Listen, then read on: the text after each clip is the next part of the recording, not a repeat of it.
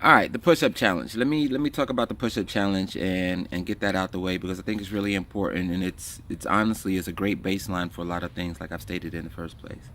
So the main reason why I do 50 push-ups first and then I do sets of 25 is because eventually you'll start to realize that what you do cold, especially when it comes to push-ups and things of like that nature, really don't help. I shouldn't say that they don't help. That's one of my nuances within myself as far as nothing average. They do help.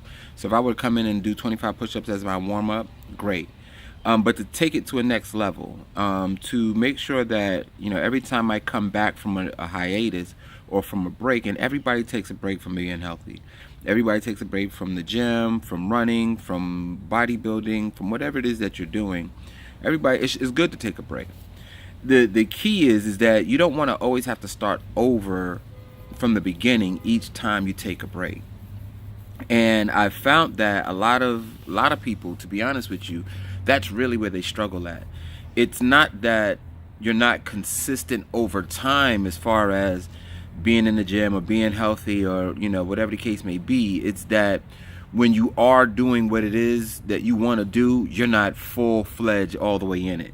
And one of the examples that I would use would be, it's like telling a kid, if you will, or a young adult, hey, I need you to do X, Y, and Z in order to go to college. And they only do part of what you tell them to do, and then they say, oh, well, your advice doesn't work. I think I've talked about this in the past.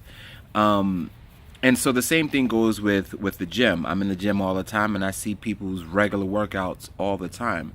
And so it's very easy for me to see why, one, they're not hitting their goals, and two, why after doing the same kind of routines over time, they're not seeing the results that they should see.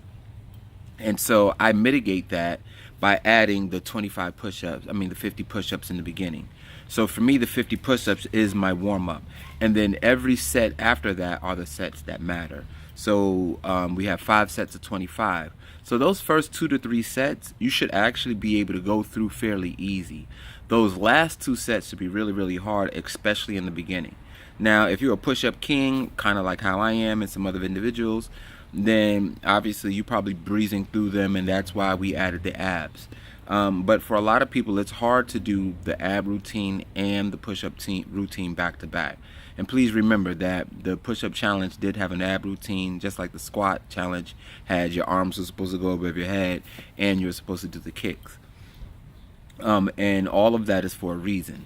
I'm sharing these things with you guys again because there's a lot of information that's out there from trainers, just like myself, where we're only giving you part of it. Like just now, I just kind of gave a quote-unquote in-depth explanation of why I did the routines like that. But there are several ways to do that, and that's kind of what I want to talk about over the next couple of weeks is, the different individuals who are participating and how they reach their goals.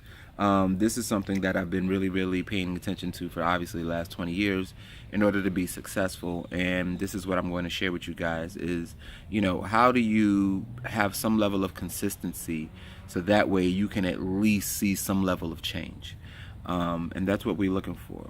How can we have some level of consistency so that way we can see some level of change? And that's what the challenge is for. That's what the challenge purpose is. And I hope we have a great time with it, man. Let's holla back. See y'all in the next video.